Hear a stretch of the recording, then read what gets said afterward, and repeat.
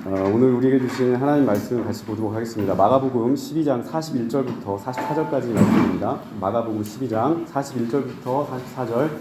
여러분 가지고 계신 주보 뒷면에 개역개정판과 그 다음에 세번역판 두 가지가 있습니다.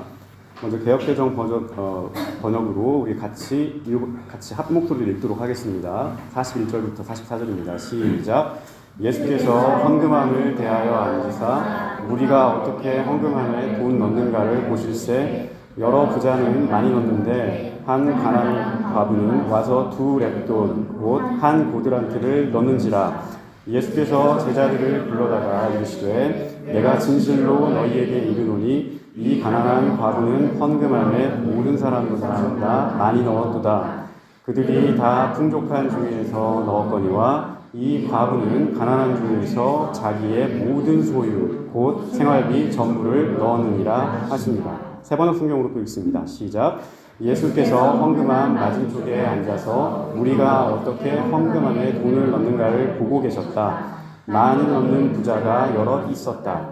그런데 가난한 과부 한 사람은 와서 렙돈 2니 곧 한 고드란트를 넣었다. 예수께서 제자들을 곁에 불러놓고서 그들에게 말씀하셨다. 내가 진정으로 너희에게 말한다. 헌금함에 돈을 넣는 사람들 가운데 이 가난한 과부가 어느 누구보다 더 많이 넣었다. 모두 다 넉넉한 데서 얼마씩을 떼어 넣었지만 이 과부는 가난한 가운데서 가진 것 모두 곧 자기 생활비 전부를 털어 넣었다. 자, 오늘은 옆에 있는 분들하고 인사 좀 하고 시작하겠습니다. 한 주간 건강하게 잘 지내셨습니까? 한 주간 영적으로 잘 지내셨습니까? 인사 좀 하시죠. 다들 잘 지내시는 분들이지만 또 예배 자리는 또 다른 것 같습니다. 오늘 말씀 준비하면서 여러분들에게 무슨 말씀을 전하는 게 참 좋을까라고 많이 생각을 해봤는데, 제가 요즘 3주 동안 이제 설교를 준비하면서 어떻게 하면 우리가 신앙의 기초와 그 다음에 교회의 기초를 잘 세울 수 있을까, 이걸 많이 고민하고 있습니다. 그걸 고민을 하다가 마가복음 본문을 이렇게 묵상을 하면서 이 본문을 정하게 됐는데, 혹시라도 이 본문을 예전에 어떤 한국에서 교회를 다니셨던 어디서 다니셨던 이 본문을 가지고 헌금을 많이 하라는 식의 어떤 그런 설교를 들으셨다고 하면 오늘 그 편견을 좀 깨드리려고 합니다. 이 본문은 헌금하고는 전혀 관계가 없는 본문이기 때문입니다. 오늘 우리가 함께 읽은 마가복음 말씀은 마태복음, 누가복음, 요한복음과 함께 복음서라 불리는 말씀인데요. 복음서에는 예수님께서 지상에서 이렇게 생활하셨던 여러 가지 일화를 상세하게 전달을 합니다. 보통 우리가 예수님 십자가, 부활 이 두 가지를 우리 신앙의 기초로 놓고 예수님께서 우리의 구원자시요 또 우리의 주님이시다라고 또 고백을 하는데, 이 십자가와 부활은 누가 뭐라고 하더라도 우리 기독교 신앙의 핵심입니다. 두 가지 기둥이라고 할 수 있을 것 같습니다. 고난과 희생의 신앙, 그 다음에 기쁨과 영광의 신앙, 이 두 가지가 우리 신앙 안에는 기둥처럼, 튼튼한 기둥처럼 맥을 같이 합니다. 예수님께서 그러셨던 것처럼 신앙에는 고난도 있고 기쁨도 있고요. 그 다음에 좌절도 있고 그리고 승리도 있고 현실이 조금 어두울 때도 있고 또 내일의 밝은 빛이 있을 수도 있습니다. 그래서 우리 신앙생활을 하는 그리스도인들은 어떤 한쪽만 이것만 추구해서는 안 됩니다. 지나치게 한쪽으로만 추구하게 될 때 우리 신앙에 왜곡이 나타날 수 있습니다. 십자가를 빼놓고 부활만 막 이야기하는 사람들은 승리만 추구하고 영광만 추구하고 기쁨만 추구하고 내일만 보려고 합니다. 이런 사람들은 막연히 신앙이 낙관주의로 빠지기가 쉽습니다. 그런데 부활의 승리가 없이 십자가만 또 집중하는 그런 신앙을 가지고 있는 사람들은 우울합니다. 고통스럽고 그리고 상처가 많고 비탄이 있고 그리고 좀 회의주의에 빠지기가 쉬운 그런 색깔로 채색이 될 수가 있습니다. 그래서 우리 신앙 안에는 십자가가 있고 부활이 있고 이 두 가지가 건강하게 서 있어야 합니다. 이 두 가지 모두가 예수님을 따르는 우리 그리스도인들에게는 안고 가야 할 신앙의 아주 중요한 좌표입니다. 그런데 가끔 저는 이 십자가 부활이 중요하지 않다는 게 아니고 중요하지만 가끔 그런 생각도 해봅니다. 우리의 시선이 너무 지나치게 교리적인 부분, 신학적인 부분, 어떤 원리적인 부분에 맞춰져 있다 보면 그런 쪽에 목표가 있고 거기에 어떤 목적을 맞춰서 살다 보면 너무 우리가 경직되게 신앙생활을 하는 것이 아닌가. 정작 우리가 믿는 예수님은 이 세상에서 어떻게 사셨고 어떤 생애를 보이셨는지를 우리가 너무 좀 이렇게 부록 취급하는 것은 아닌가. 우리 신앙생활에서 여러분 간과하지 말아야 될 부분이 있는데, 그 부분이 있다면 우리를 구원하러 오신 주님이시고 우리가 또 우리의 구원자라고 고백하는 우리 예수님께서도 몇 번 강조합니다만은 우리와 동일하게 육신을 입으셨고 한 인간으로서 우리가 사는 이 세상 현실 속에서 사셨다는 것을 잊으시면 안 됩니다. 예수님도 우리처럼 똑같이 뼈가 있고 저보다 좀 살이 좀 많으시겠지만 살이 있고 그리고 배고프셨고 그리고 기쁠 때는 웃으셨고 슬플 때는 우셨습니다. 요한복음 11장에 보면 그 예수님의 지인 중에 나사로라고 하는 사람이 죽습니다. 이 사람이 죽어가지고 그 무덤에 들어갔는데 그 나사로의 주변에 있던 친척들, 일가 친척들이 나사로의 죽음, 그 유족들이 이제 나사로의 죽음을 보고 이제 흐느껴 우는 장면을 예수님이 보시고 그 모습을 보시고 마음에 울림이 있으셔서 예수님도 우셨다라고 이렇게 말씀해요. 누가복음 19장 41절에 보면 돈과 재물을 숭배하고 각종 환전상으로 바뀌어 있는 이 예루살렘 성전의 타락을 보시고 예수님께서 우셨다라고 이렇게 기록이 되어 있습니다. 예수님이 이렇게 우신 것만 있는 게 아닙니다. 생각이 좀 필요하시고 뭔가 정리를 하고 마음을 비워야 할 때는 예수님도 호련히 떠나서서 광야로 들어가셨습니다. 광야로 들어가서 고독한 시간을 보내고 자기가 가지고 있는 그 문제, 세상을 구원하기 위해서 메시아로서 어떤 결단을 해야 되는가, 사탄의 유혹을 이기면서 그 문제와 씨름하시기도 하셨습니다. 십자가를 지시기 전에는 예수님도 십자가를 지시기 싫다고 이 잔을 내게서 돌려달라고 하나님께 기도하셨고요. 십자가에 못 박힐 때에는 그 고통을 다 그 고스란히 느끼셨습니다. 이런 예수님은 우리와 동일하게 한 인간으로 우리 안에 동일한 역사를 사셨습니다. 지난주에 잠깐 제가 여러분에게 요한복음 1장 14절 말씀을 소개를 해드리고 설명을 해드렸습니다.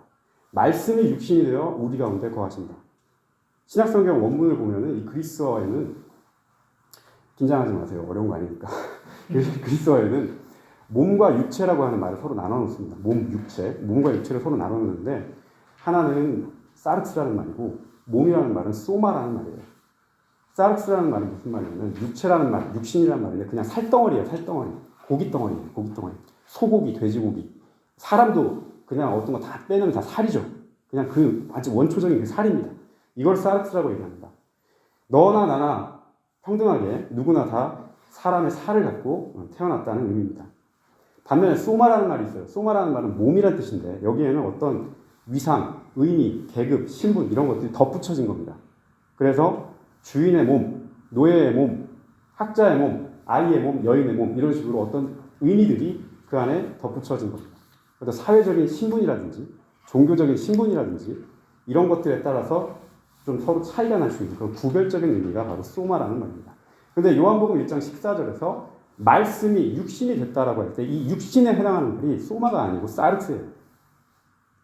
무슨 말이냐? 주님께서는 우리와 하나도 다를 것 없이 그냥 우리와 같은 똑같은 살점을 가지고 있는 벌거벗은 육신으로 우리 가운데 오셨다라고 하는 말입니다. 이 세상에 덧붙여져는 어떤 권력이라든지 명예라든지 부라든지 신분의 옷을 걸치기 이전에 우리와 똑같은 갓 태어난 아이의 그 적신이라고 하죠.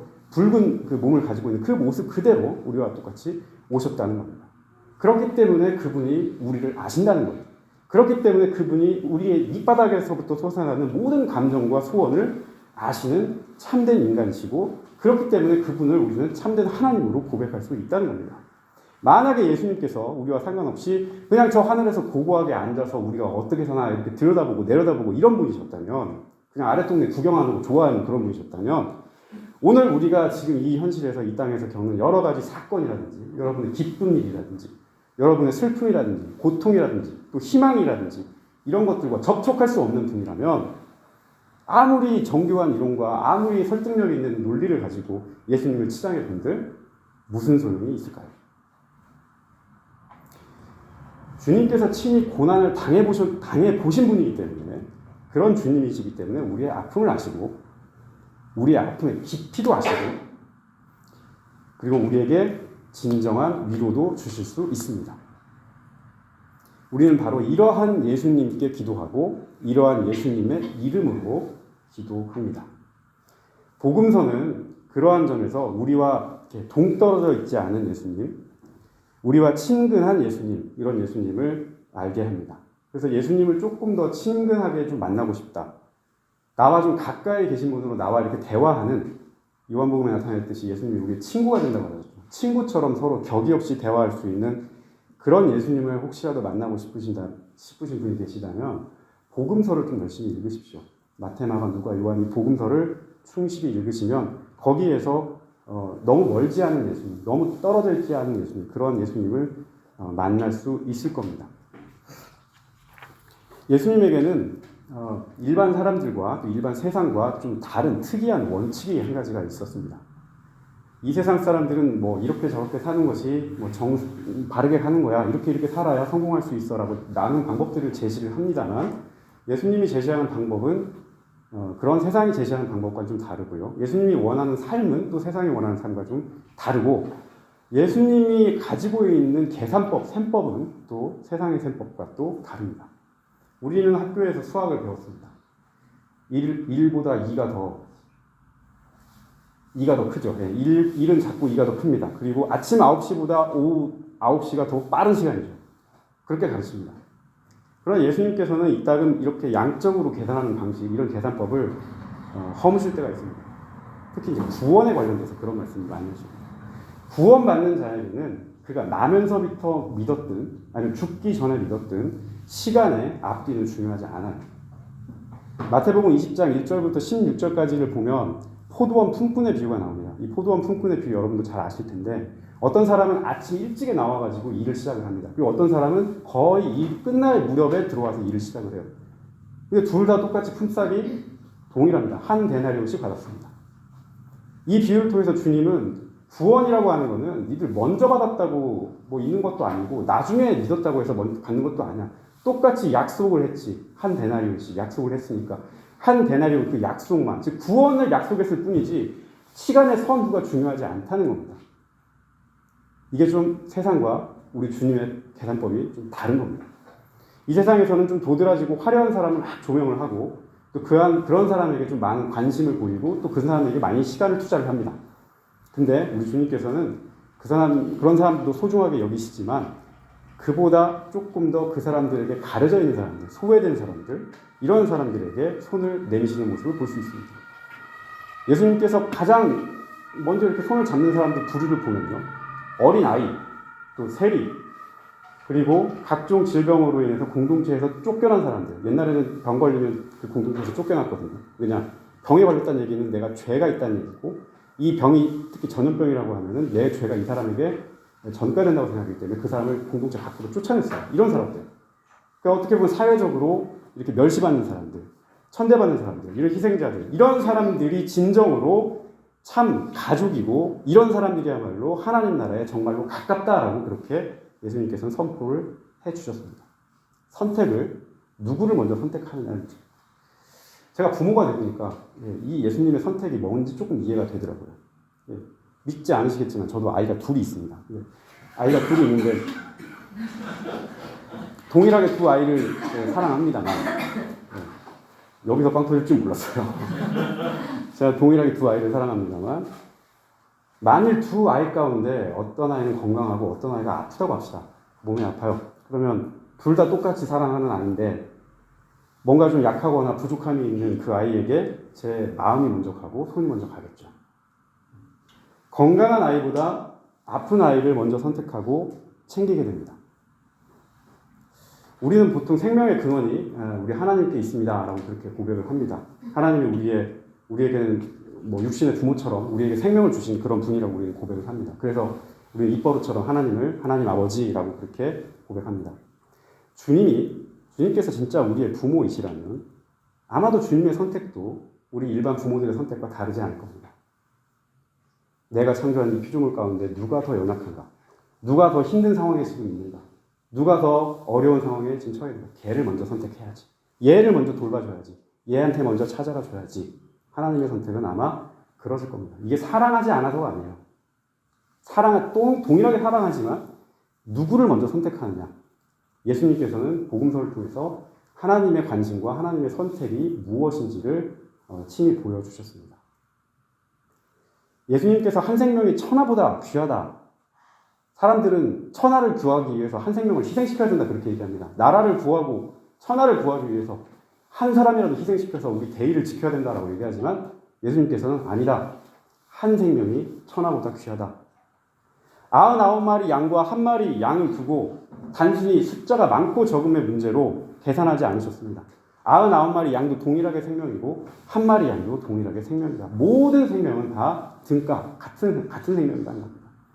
고귀한 생명의 가치로 누군가를 대하고 누군가를 정말로 아름다운 존재로 대하고 그렇게 대하라고 하는 신앙의 원칙, 생명의 신앙의 원칙을 예수님께서는 친히 우리에게 제시해 주셨습니다. 주님께서 우리에게 제시한 신앙의 제1원칙을 무엇냐고 저에게 물으신다면 저는 주저하지 않고 생명이라고 그렇게 답하겠습니다. 이 생명의 가치는 그 무엇과도 바꿀 수 있는 것이 아닙니다.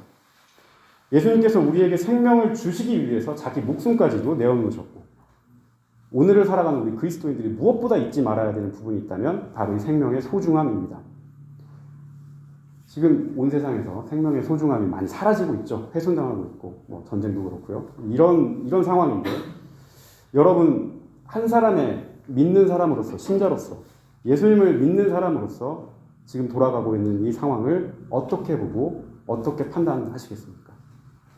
생명의 소중한 가치를 품고 살아가는 예수님의 우리 제자들이라고 우리가 말을 하고 고백합니다만 그 제자들로서 우리 어떻게 기도하시겠습니까? 오늘 우리 그리스도인들이 주님께서 가르치신 이 생명의 가치를 얼마나 존중하고 있는가, 얼마나 깊이 새기고 있는가, 그러고 살아가고 있는가 한 번쯤은 우리가 되짚어봐야 될 일입니다.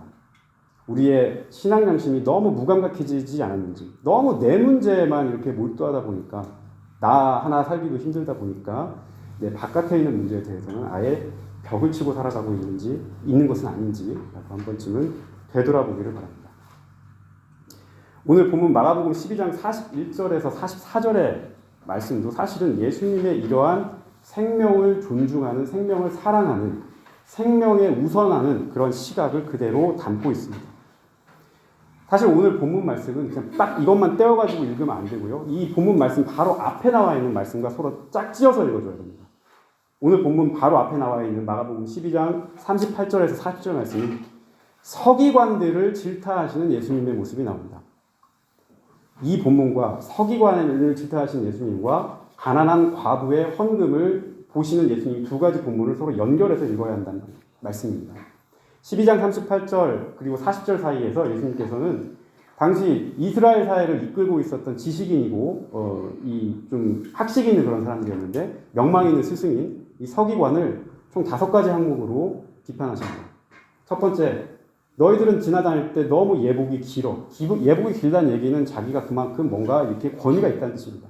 두 번째, 어디 갈 때 사람들한테 문안 인사 받는 걸 그렇게 좋아해. 아이고 선생님, 아이고 누구니 이렇게 인사받는 거를 굉장히 좋아해요. 세 번째, 회당에 가면 항상 상좌에 앉으려고 해요. 높은 자리에 앉으려고 자기를 이렇게 하고 있어. 네 번째, 너희들은 과부의 가산을 등쳐먹기 바쁘다. 다섯 번째, 너희들은 남에게 보이려고 그렇게 외식하면서 기도를 길게 한다. 이 5가지 항목으로 그 당시에 서기관들을 예수님께서 조목조목 비판하셨습니다. 외식과 권력, 자만심과 탐욕, 이런 모습으로 꽉 찬 모습을 주님께서 조목조목 따지셨습니다. 특히 네 번째, 과부의 가산을 가로챘다라고 하는 이 말씀이 바로 오늘 본문과 정확하게 맞닿아 있는 말씀입니다. 당시 이스라엘은 로마 제국의 식민지였습니다. 종교와 자유가 어느 정도 인정은 됐지만 일단 조건이 있었습니다. 로마의 황제를 신처럼 숭배를 하는 조건이 있었습니다. 황제를 일단 숭배를 해야 됩니다. 저게 신입니다라고 숭배를 했어야 됐고 그래야 자기 신앙도 유지할 수가 있었습니다. 이 두 가지가 서로 유지가 되려면 황제 숭배를 먼저 하고 그러고 난 다음 뒤에 가서 해야 됩니다. 우리나라 옛날에 신사참배 했듯이 똑같은 거예요. 가이사, 즉 황제에게 바치는 세금도 있었고 그리고 하나님께 바쳐야 되는 헌금도 있었습니다. 그러니까 일반 세금과 종교 세금을 두 가지를 다 담당했어야 됩니다. 이중으로 세금을 감당해야 했다는 뜻입니다. 이러한 이중 구조가 이따금 가난한 서민들을 착취하는 구조가 됐습니다. 그렇게 악용이 됐습니다. 특히 성전이 이러한 사람들의 헌금을 뽑아가지고 자기의 세금을 불려가는 그런 상징과도 같은 곳이 되었습니다. 우리 유대교나 기독교는 둘 다 하나님 형상이 없습니다. 하나님이 어떻게 생겼다라고 얘기하지 않습니다. 이 말은 우리가 하나님을 생각하면 하나님을 손에 딱 잡으려고 하는 순간 하나님이 샥 벗어나 버린다는 뜻입니다. 우리 하나님은 항상 우리보다 너머에 계신다는 그런 의미입니다. 이것이 하나님이다 라고 얘기하는 순간 그것은 벌써 하나님이 아닌 게 되는 거예요. 근데 당시 예루살렘 성전은 그런 하나님께 기도하고 하나님께 찬양해야 되는 것을 물질로 다 바꿔놨습니다. 내가 어느 정도 되면은 너는 소 드리고, 내가 어느 정도 되면 너는 양 드리고, 내가 어느 정도 되면 너는 비둘기 드리고, 다 값을 매겨놨어요. 너의 상황에 따라서, 너의 형편에 따라서 너는 이거 내면 되고, 너는 이거 내면 되고, 너는 이거 내면 되고, 모든 것을 다 믿음의 지표를 가격표로 이렇게 만들어 놨습니다. 오늘날 우리 교회가 좀 그런 거 많이 하죠.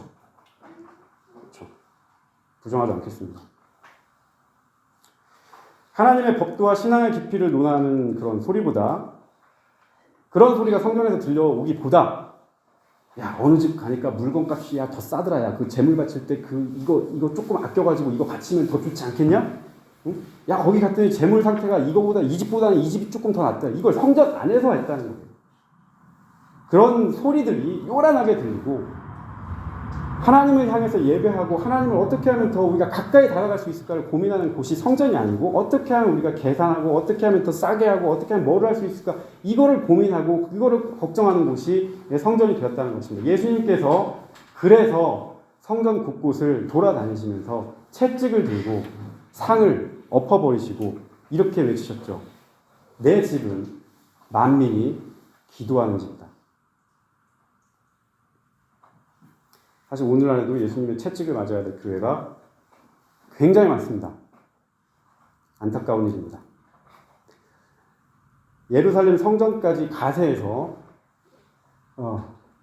많은 사람들의 호주머니를 털어갔던 이 돈 문제는 가난한 사람을 더 곤궁하게 만들었고, 가난한 사람의 헌금을 털어서 소수의 부자가 더 부를 쌓는 이른바 빈익빈 부익부, 그 현상을 강화시켰습니다.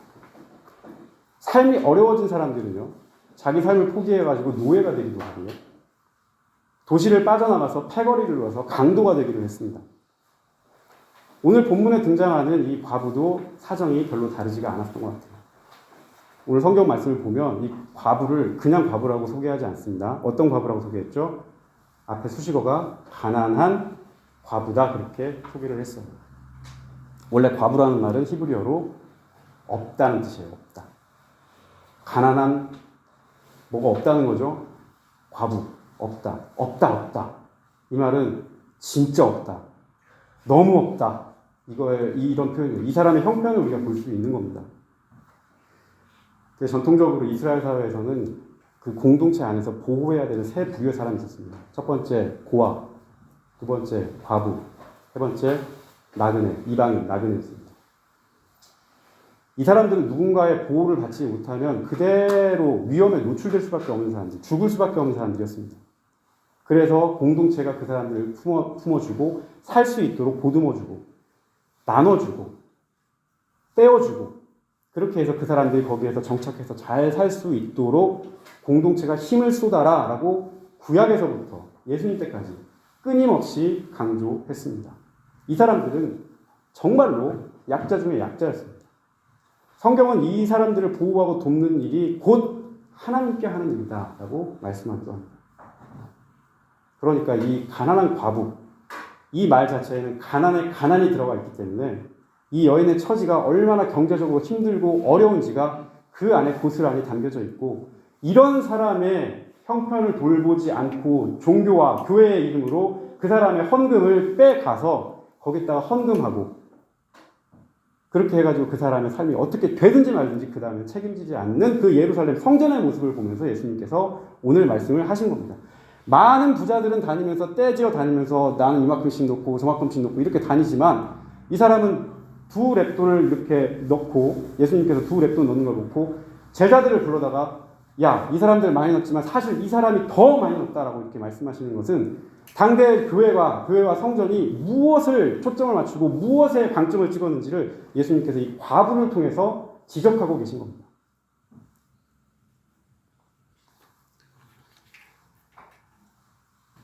생활비 전부를 드렸다라고 이렇게 얘기를 해가지고 어떤 목사님들이나 어떤 교회에서는 그러니까 너희들도 어려운 형편에서 헌금을 더 많이 해라고 그렇게 설교를 하시는 분들이 간혹 계시죠. 혹시 여러분들 중에도 그런 설교 들어보신 분들 계실지 모르겠습니다만, 오늘 본문 말씀은 그 말씀이 전혀 아닙니다.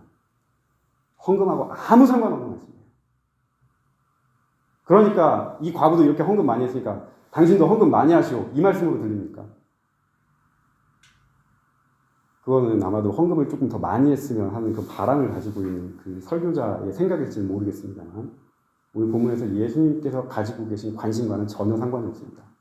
아까 제가 12장 38절부터 40절에 서기관을 비판하실 때 예수님을 말씀드렸고 그리고 오늘 우리가 같이 읽은 가난한 과부의 이 헌금에 대해서 말씀을 드렸습니다.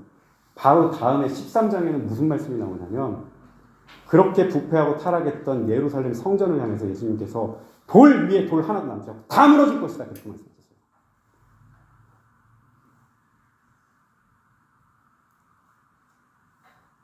하나님의 이름을 빌어서 가난한 여인의 생활비까지 모두 드리게 만들었던 당시 예루살렘 성전의 추악함을 예수님께서는 이 과부의 예를 들어서 지적하시고 너희들이 어떻게 사는 것이 하나님 앞에 돌이키는 삶인지를 가르치고 계셨습니다.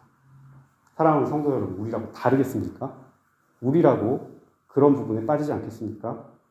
우리 교회 지금 만들어가고 있는 상황이고 세워가고 있는 상황인데 우리 교회는 어떤 마음과 어떤 눈을 가지고 교회를 세워야겠습니까?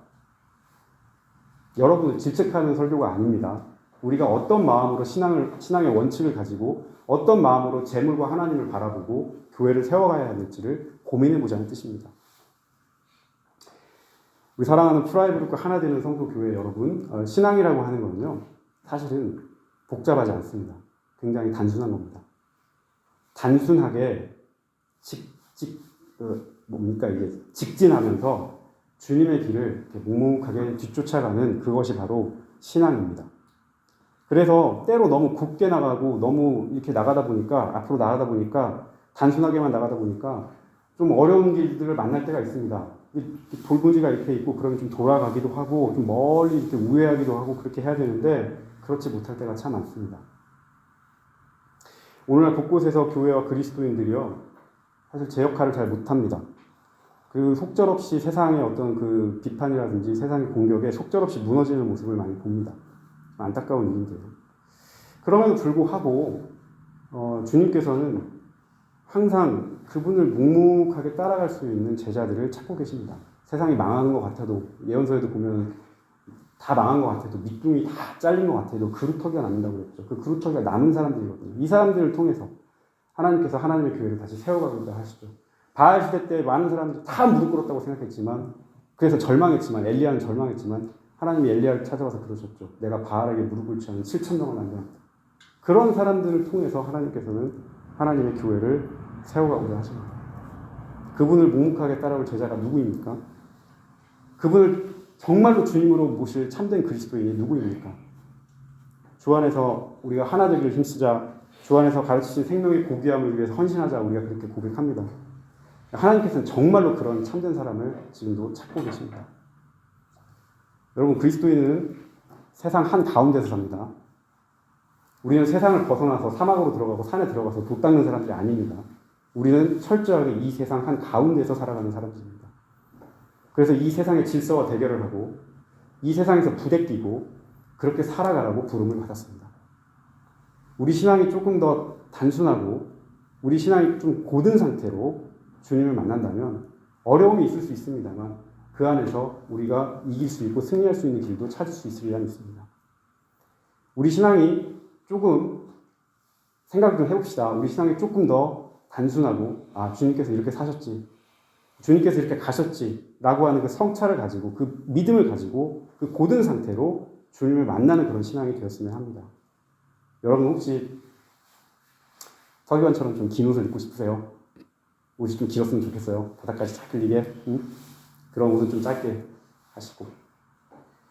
내가 조금 남보다 좀 높아지고 싶은 마음 누구나 다 있죠. 예, 그런 마음도 다 있습니다. 그러나 교회 안에서 우리 성도 안에서 예수 믿는 사람 안에서는 나보다 남을 조금 더 높은 자리에 세워주고 우리 가운데 좀 형편이 좀 어렵고 힘들고 뭐 그런 분들이 있을 수 있죠. 가다 보면 또 그런 사람이 생길 수도 있죠. 그랬을 때 그런 사람들이 있을 때 겸손하게 우리가 섬겨주고 희생하고 그런 모습이 여러분들 마음밭에 다 이렇게 심겨져 있기를 진심으로 바랍니다.